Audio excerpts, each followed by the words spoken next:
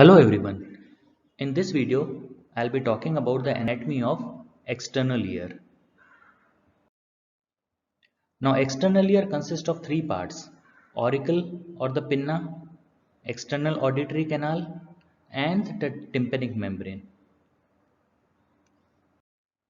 So first we'll see the surface marking of the pinna.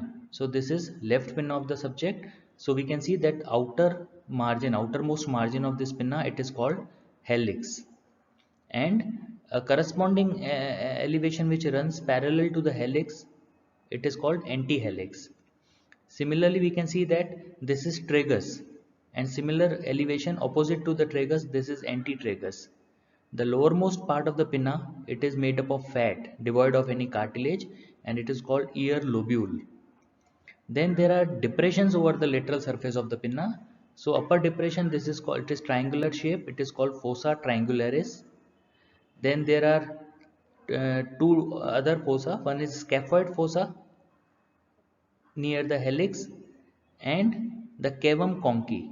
It is like a cave-like structure. It's a cavum conchae. This is conchal cartilage. So there's a depression at this part. This is called cavum conchae, and superior to it, it is called cymba conchae.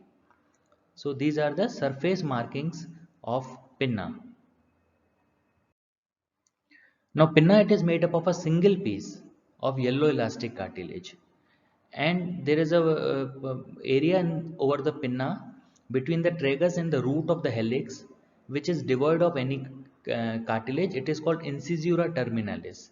So the clinical importance of this place is that it is the site of end oral incision, because when we put the end oral incision at this place, then we will not damage any cartilage, so there will be no chance of postoperative perichondritis.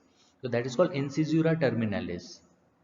Then another importance of pinna is that cartilage from the tragus or perichondrium from the tragus and fat from the ear lobule, it can be used as a graft material during tympanoplasty. Then conchal cartilage, it can be used to correct the saddle nose deformity or the depressed nasal bridge, and that procedure is called augmentation rhinoplasty. The second part of the external ear is the external auditory canal. Now, external auditory canal, it is not a straight canal, but it is a tortuous canal. So, to examine the canal and visualize the tympanic membrane, the pinna needs to be pulled upwards, backwards, and laterally to visualize the tympanic membrane. Now, this external auditory canal, it can be divided into two parts. The outer one third, which is around 8 millimeter in length, it is cartilaginous, and in this outer one third, there are some very micro connections between external auditory canal and the parotid gland, which are called fissures of Santorini. Now the importance of these fissures is that infection from canal can spread to parotid, and from parotid can also spread to external auditory canal.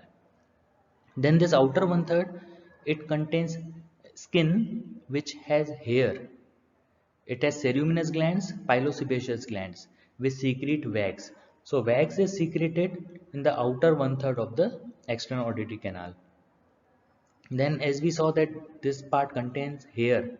So if the hair follicle gets infected with staphylococcus, then it is called a furuncle. So furuncle is again present in the outer one third of the external auditory canal. The inner two third, which is around 16 millimeter, it is bony. So here we'll see what are the differences between the outer one third and the inner two third. In inner two third, at around 6 millimeter lateral to the tympanic membrane, that is around 10 millimeter medial to the bony and the cartilaginous junction, a very narrow part of the canal is present, which is called isthmus. The clinical importance is that if a foreign body is medial to the isthmus, then it is impacted foreign body, and many times it is not easy to remove such foreign bodies as OPD procedure. So general anesthesia may be required to remove the impacted foreign body, especially in children. Then we saw in the outer one third that foramen of Santorini were present. So here similar fissures of Huschke are present. Again, these are very minute micro connections between external auditory canal and the parotid gland. So infection can spread in any direction through these foramen of Huschke. And the lining skin in the inner two-third it is devoid of any hair and the ceruminous glands. So furuncle is not present in the inner two-third and wax is not secreted in the inner two-third. So these are the differences between the inner two-third of the external auditory canal and the outer one-third. Now the third part of the external auditory canal, it is the tympanic membrane. So tympanic membrane, it is an oval structure with a vertical diameter of 9 to 10 millimeters and a horizontal diameter of about 8 to 9 millimeters. The thickness of the normal tympanic membrane is 0.1 millimeters. The tympanic membrane is divided into two parts, the pars tensa and the pars flaccida. So the pars flaccida region, it is also called Shrapnel's membrane. So in the next slide, I'll show the figure that what is pars tensa and flaccida. And the outer fibrocartilaginous ring of the tympanic membrane, it is called annulus tympanicus. And in the upper part of the tympanic membrane near the attic region, this annulus tympanicus is absent. So that part is called notch of Rivinus. The tympanic membrane has three layers: outer epithelial layer, middle fibrous layer, and the inner mucosal layer. Now this middle fibrous layer, it is not well organized in the pars flaccida region. So that is why that area is called flaccida. Flaccida means loose. It is loose because middle fibrous layer is not well developed. While pars tensa, it is a tense membrane because all three layers are well developed in pars tensa. So we can see the figure of the tympanic membrane. Now this is the right side tympanic membrane because this is tilted towards right and it makes an angle of around 45 to 55 degree with the horizontal. So this is right side tympanic membrane. This is the outer fibrocartilaginous ring which is called annulus tympanicus. Annulus tympanicus is absent at this place, so this place is called notch of Rivinus. This is the handle of Malleus and this is the lateral process of Malleus. So the lowermost part of the handle of Malleus, it is called umbo and it is a point, this point, and this is a point of maximum retraction of the tympanic membrane.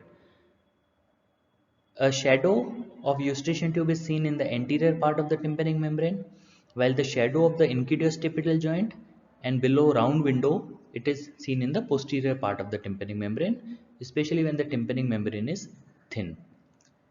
From the handle of Malleus, there are two mucosal folds. One is the anterior malleolar fold and other one is the posterior malleolar fold or the malleal fold. So the part of the tympanic membrane which is below these malleolar folds, this region, this is called pars tensa. While the part of the tympanic membrane which is above the malleolar region, it is called pars flaccida.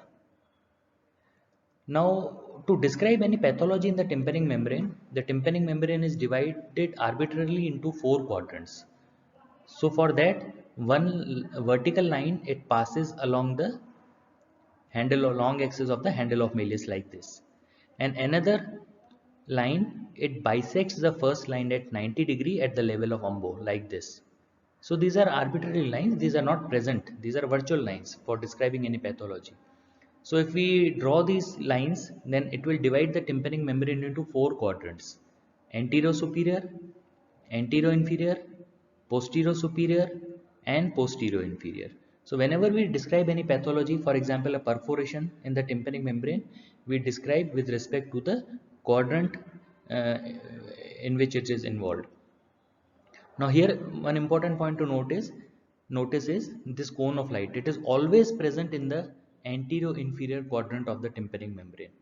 The importance of cone of light is that if it is present, it indicates that the tympanic membrane structure is normal. So in the pathologies of the tympanic membrane, this cone of light will be absent. And this cone of light is seen because the tympanic membrane is not a straight structure, it is a tilted structure. So whatever light falls on the tympanic membrane, it can be endoscopic light, it can be microscopic light, or it can be otoscopic light. So this light, some part of it is reflected and it is seen as a cone of light in the anterior inferior quadrant. Now the nerve supply of pinna in the external auditory canal. Now this is the lateral surface of the pinna and this is the medial surface of the pinna. So the anterior part of the lateral surface, it is supplied by auriculotemporal nerve and the posterior part it is supplied by the greater auricular nerve with a root value of C2 and C3. The upper part and the posterior part of the external auditory meatus in the canal, it is supplied by the 7th and the 10th cranial nerve. Now the corresponding parts of the medial surface of the pinna are again supplied by same nerves except the superior pole of the medial surface, which is supplied by the lesser occipital nerve with a root value of C2. Nerve supply of the tympanic membrane. Again, tympanic membrane has lateral surface and medial surface. So whole of the medial surface it is supplied by the tympanic branch of the glossopharyngeal nerve, which is called Jacobson's nerve. While the lateral surface, the anterior half it is supplied by the auriculotemporal nerve, and the posterior half it is supplied by the auricular branch of vagus, that is Arnold's nerve. Thank you.